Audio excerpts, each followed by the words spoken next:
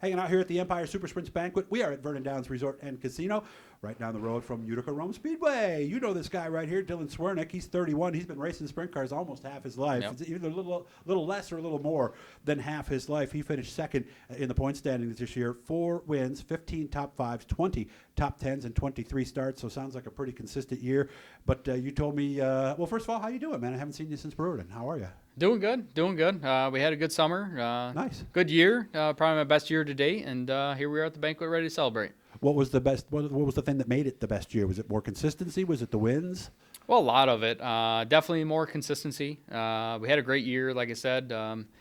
4 wins. That's the most I've had in a year. And then realistically, I mean, that Speedweek championship was pretty big. Yeah. But the 4 wins, it kind of sets the tone for the year. In addition to that, he was the hard charger, so he passed the most cars of anybody else.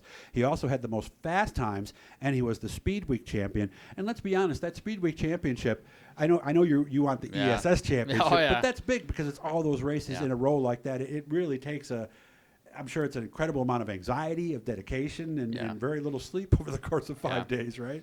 Yeah, it takes a lot. I mean, really gear up for Speedweek all year. Realistically, beginning of the year, you gear up for it. Right. The week before, I mean, is probably the most brutal on me. Getting tires ready, getting tires from Sean. Just you don't know what's going to happen during the week. It's a long week. 5-day stretch of just constant racing, and you get tired throughout the whole week. We started out Can-Am, won the race. Then we go to Utica, knocked off another win, which is huge. Brewerton, we got set back a little bit, found a bad shock. I think we're 9th, somewhere just inside the top 10, and then come back out swinging it. The guys put in a lot of work. We weren't very thrilled after Brewerton put in the work, came back out swinging at Fulton, won again, and then came home with second at Weedsport. And to come off of that for us that's huge. I had 4 guys on hand all week, just dedicated to me, taking their own time off of work, and I mean that speaks volume to me. Just to kind of chase my dream throughout the whole week, realistically, to win that championship. Is there, because I've talked to some other guys about this too, is there some anxiety heading into that? And even like you said, you had the bad shock after the 9th place. I'm sure you were sitting there after that going, oh man, right? To come off 2 wins and then realistically, I think honestly, the only time I really went backwards all year, to go from, I think I started 6th, then fell back to 9th. That kind of set me back in my seat a little bit, and it made me more humble that I needed to stay hungry all week, but yet stay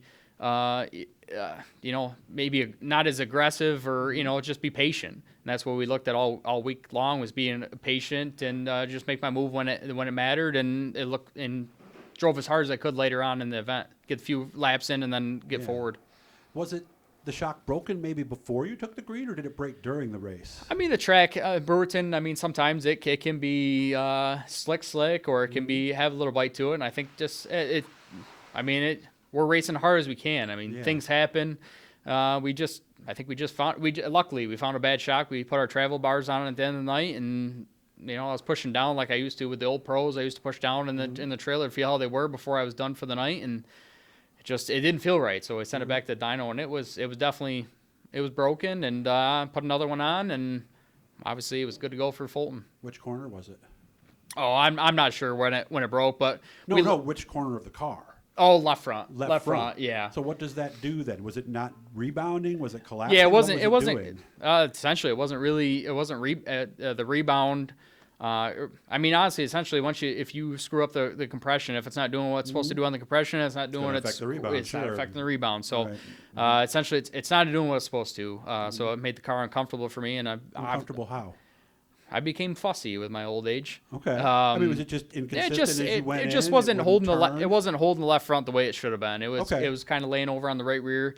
And for my setup at Brewerton, we kind of struggle with the car to keep it left. I run such a tight car, being a Panther Frameworks chassis, and it's been good. We adjusted that, and when you have something that's not to what it's supposed to be, it upsets the whole car. We hang the right front sometimes, but every shock in the corner of the car, it does something somewhere on the track, and it didn't help us there for sure. Okay.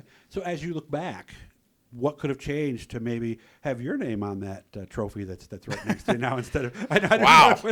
I had to have something. We'll just block it out right here. Oh, okay. You can put your hand there for the rest of the interview. No. What could have changed? You said it was a tough start that you got off to. Yeah, it was a tough start. I played chicken with the tractor tires up to Brockville. They always win. No, always.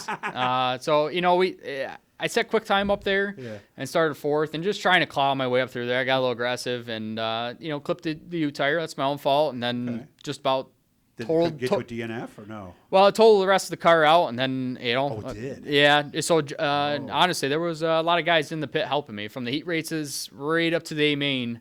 I mean, Jordan Poirier, Davey Franick, my teammate Sean Donath. There was like 4 or 5 teams. I'm sure I'm forgetting people.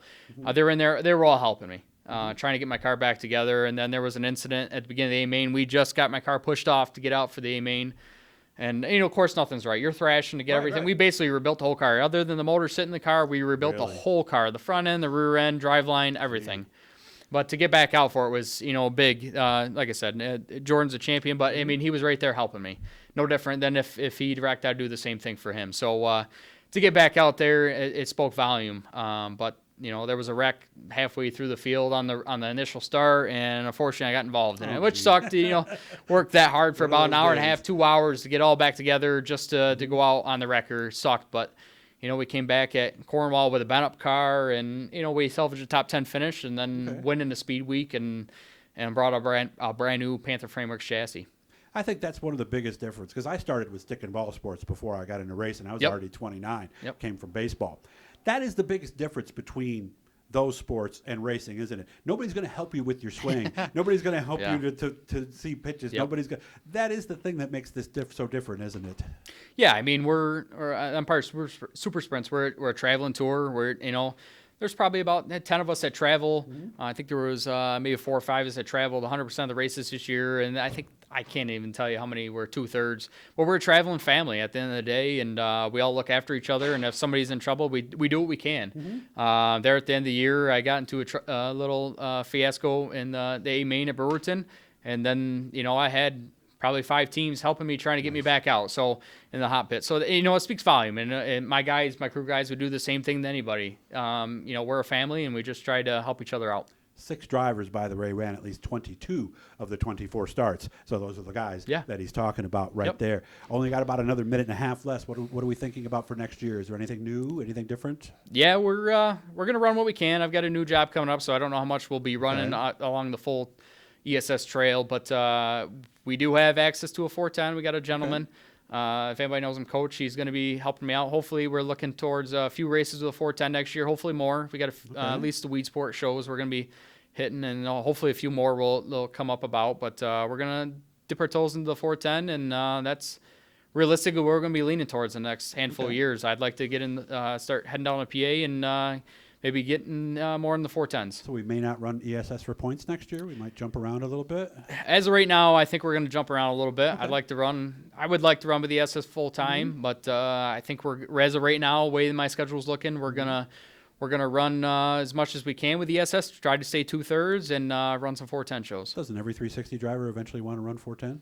I mean, we always want to go as big as we can and have the biggest sponsors, but it's realistic. Now I'm 31 and I'm getting older, but we're gonna run as many 410 shows as we can. I've been in one 410 before. Mark Zemzik years ago put me in a 410 at Rolling Wheels when they ran, and I'm ready to get back at it. Guys, make sure to subscribe, turn on your notifications. Big thanks to Vernon Downs Resort and Casino giving us this little room here so we could do all this stuff. Thanks to Barb Patterson and John Tipp for making it easy for me to come in here and get as many interviews as I could. Good to see you. Please keep in touch, and whenever you need to get the word out on something, you reach out, and we'll make sure we get you on again, okay? Will do. Thank you. Thank you, Dylan.